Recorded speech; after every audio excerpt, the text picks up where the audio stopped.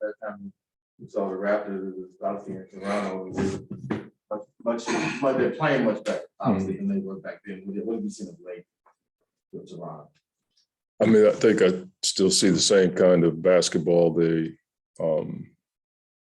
still go to the glass. They still play in transition. And Van Vliet is an all-star. Siakam's they still have the same type of team. They're just so doggone big, and they just keep coming at you, as far as attacking the basket. A lot of isolation basketball. And, Coach Nurse is someone who's not afraid to mix up defenses. We've seen that a lot lately. Zone, full court zone, switching defenses.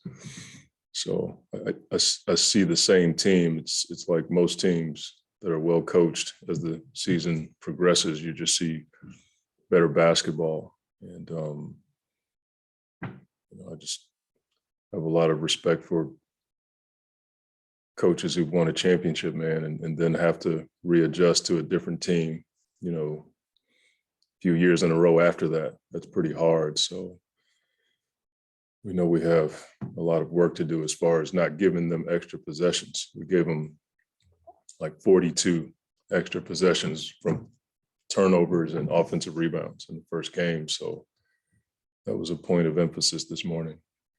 We saw Chris getting up shots. How good of a sign is that to at least see him actually doing some work toward getting back? It's awesome, but I wouldn't, get too excited about it. It's just part of the normal progression of that kind of injury. He was doing that a little bit last week, just that you guys didn't see it. So we're not quite sure. We're happy about it, but you have to temper it until he's able to get to 1-on-1, 3-on-3, 5-on-5, which is hard to do with where we are in the season. And plus, also with him, he's so eager to play anyway. You have to temper him down a little bit, like, hey, this is a sign, but no, I don't, because I know how diligent he is about his body, and anytime a guy wants to play, I don't mess with him. It's when guys don't want to play, that's where I'm like, and most our guys love to play, so I don't think we ever have to, mess with that.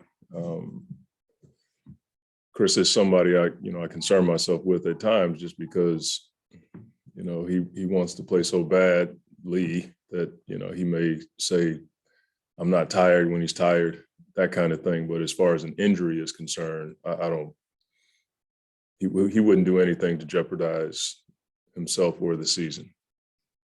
Cam Johnson, how is he progressing? I know you've mentioned that there's a situation where kind of flamed up on him after the fact. Yeah.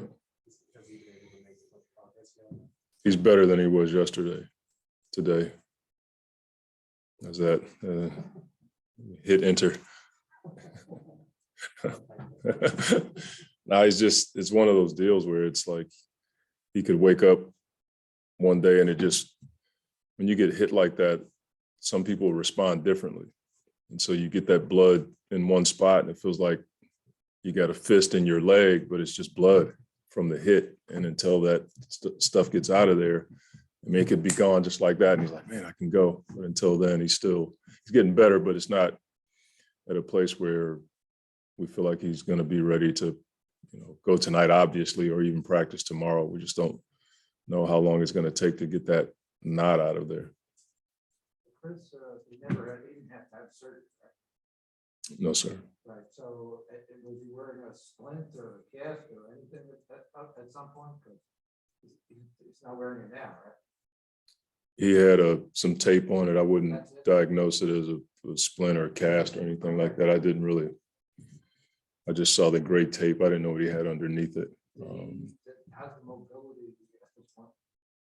I mean, he's shooting, so that should tell you that he's able to do that, but that doesn't necessarily tell the whole story. I mean, I can get out there and shoot, but I wouldn't read much into that.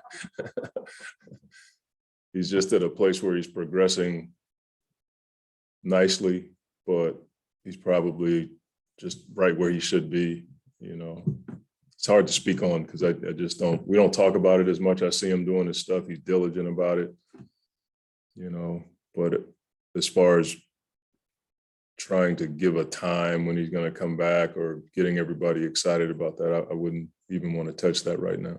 But do you think of 7 to 9 weeks that we first? I can't, I don't want to do that. That's too many people will hit the send button in here. I'm not even going to touch that. They're already doing that. They were saying. Yeah.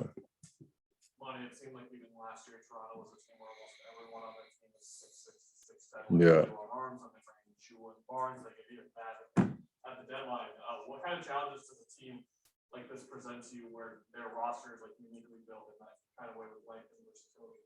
You just know you're dealing with a lot of rim protection and your passes have to be on point, or you have to be really good in your setup. And that's why we had 20 turnovers up there. I think we had a few charges and two times we stepped on the line, but other than that, we just turned it over. And I think that's the thing that poses a challenge is their length at the rim and in passing lanes. And then, you know, when you have guys that big and long and athletic, you're going to deal with some switching defenses. And so we got to play the way we did the other day. I thought the 0.5 against Miami was as good as it's been all year long. And when you're playing against switching defenses, I think that can help you to a degree. Can you explain to someone more casually based how challenging it is with what Nurse does in terms of switching defenses in the middle of the game to kind of try to dictate tone, if that's right? Yeah, I think the challenge is to not slow down.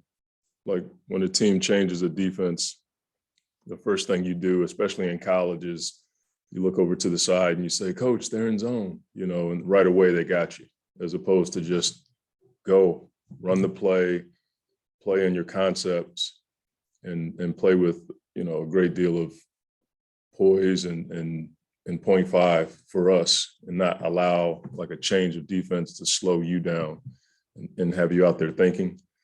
And I think that's, you know, you didn't know that in college. You just knew to look to the side and, you know, your coach yelled at you, that kind of thing. In the league, we often tell our guys, whether it's man, zone, you know, whatever it is, like run the play, and then we'll figure it out the next possession and have a play for that particular defense. Excuse my stupidity, but what's a 0.5? 0.5 is just our offensive language for when you catch the ball, you either shoot it, pass it, or drive it right away, 0.5 seconds. And so we want to do it quickly before the defense has a chance to react to one person having the ball. It also relates to body movement, not just ball movement. We also want to move in a 0.5 fashion so the defense can't play against the stagnant offense. On that note, how have you seen the campaign? This is, I guess, his third year running that offense and bringing that 0.5 mentality out of his teammates. Yeah. The initiator. Do you feel like he's developed in that way? I think so. I think for Cam, it's, you know, he can play in 0.5 because he's so quick, but when he has the ball, it doesn't necessarily apply to him. It's, can he read the defense and get it to the guys who play in 0.5 without letting that take away from his ability to score? Sometimes I caution my own self with trying to tell him too much because I don't want him thinking and feeling like he's got to make this play or that play, because he's a natural scorer, but he also has the ability to, you know, as you guys have seen, have 16, 17 assists too. So sometimes I just teach him the reads, and then I have to go tell him, like, no, don't let this stop you from playing your game, you know? And so I think for him, it's like he facilitates 0.5 because he has the ball. He gets it to the guys who can play in that. And then when he's playing with Chris or playing with Book, when Book has the ball, he has the ability to do it as well, because he has been in our program for, as you said, like 3 years now. Well, now, just a challenge over, Mr. Bill was saying how sometimes you can want to do something premeditated, like you have in your head, okay, I'm going to do that, instead of just reading the situation. Is that how does the guy go from premeditated to reading it? What goes into making that transformation? I don't think coaches should mess with that, to be honest with you. That's not something I do. I think we try to give our guys pictures in film so that they know if they get blitzed, here are your options. And then they process that and then they go play. If we're playing against the switching defense, we try to show them the pictures on film so they have an idea. We tell our guys we give them plays, but we want them to make plays. And I hope that frees them up to play their game within the system. I think talent makes the system better, not necessarily the other way around. Probably doesn't say a lot about my coaching ability, but I think good players make you look better as a coach. So. Do you have to have a certain player with that ability to be able to play in that type of game, or can it be taught, or what's the nuances of it? I think anybody can play in it. When you play in 0.5, it doesn't necessarily mean you have to put the ball down and drive it all the time. 0.5 can be a quick catch and swing it. That's where, Dario and Frank had a huge impact on the offense because, they're not the fastest guys in the world, but they were pretty good in 0.5 because they knew how to swing the ball from side to side. So I think you just have to find your way. That's what I learned. I learned it from Pop. I didn't come up with it at all. He was the guy that came up with 0.5. So I saw different kinds of players do it in San Antonio when I went back and I just adopted it. Thanks, Coach. Yeah, thank you. Thank you.